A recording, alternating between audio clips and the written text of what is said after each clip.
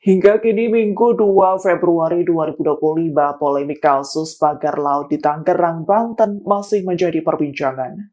Ex-Kepala Badan Reserse Kriminal atau Kabareskrim Komjen Pol Purnawirawan Susno Duaji menyebut kasus pagar laut itu jangan berhenti dengan hanya memeriksa Kepala Desa Kohut, yakni Arsin bin Asib.